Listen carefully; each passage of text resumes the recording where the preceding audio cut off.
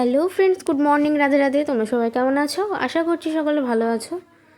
তো যাই হোক, আজকে ইন্ট্রোটা দুবারই দেওয়া হয়ে গেল। তো দেখো, ঠাকুরের বাসনপত্র, তুলসী পাতা সব কিছু তোলা হয়ে গেছে। Good morning, Radhe Radhe. তোমরা সবাই কেমন আছো? আশা করছি সকলে খুব ভালো আছো। আমি ভালো ছিলাম, কিন্তু মাথায় খুব যন্ত্রণা সকাল থেকে, জানি না কেন। কম্পিউটার যেতে পারলাম না।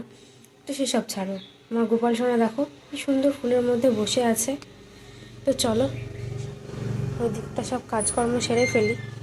এই যে বাইরের বিছানাটা আমি গুছিয়ে নিয়েছি, ঘরের বিছানাটাও গুছিয়ে নিয়েছি। এখন শুধু ঘর মোছার, ঘর ঝাড় দেওয়াটা বাকি আছে। বৃহস্পতিবার, ওই জন্য সব কিছু তাড়াতাড়ি করতে হবে, আর 12টার মধ্যে পুজোও দিতে হবে। আর আগামীকাল শুনছি বুদ্ধ পূর্ণিমা, মানে আজকে রাত 8টার সময় লাগবে। তো ওই জন্য অনেকের পালনীয় আছে। আমাদের তো পালি বুদ্ধ পূর্ণিমা, পালি কি পালি না আমি সঠিক জানি না, মাকে জিজ্ঞেস করতে হবে। তো আমার না জাস্ট এই কপালটুকু কামড়ে খেয়ে নিচ্ছে। তো মাথায় তেল দিয়ে দেখি কমে নাকি, না হলে আমাকে ওষুধ খেতে হবে, কিচ্ছু করার নেই। সকাল থেকে এত মাথাটা যন্ত্রণা করছে আমার, মানে একদম ভাল লাগছে না। কীরকম মুড অফ লাগছে, জানি না কেন। তো চলো দেখি কতদিন কী করতে পারি। এখন বৃহস্পতিবার উপর ঘরটা ঝাড় দিতে হবে, মুছতে হবে, কারণ লক্ষ্মীবার ওই ঘরটা তো বাদ দিলে হয় না, ওখানেও নাহলে তো ভূতের বাস করবে যদি না মুছি, ধূপ ধুনো যদি না দেখায়। তো চলো।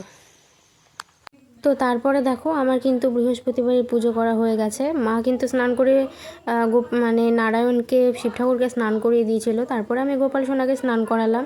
আর এই যে আজকে কিন্তু আম, তারপরে লেবু, মা সব ফল কিনেই এনেছিল। এই যে গোপাল সোনাকে কিন্তু স্নান এখনও করানো হয়নি, করাবো।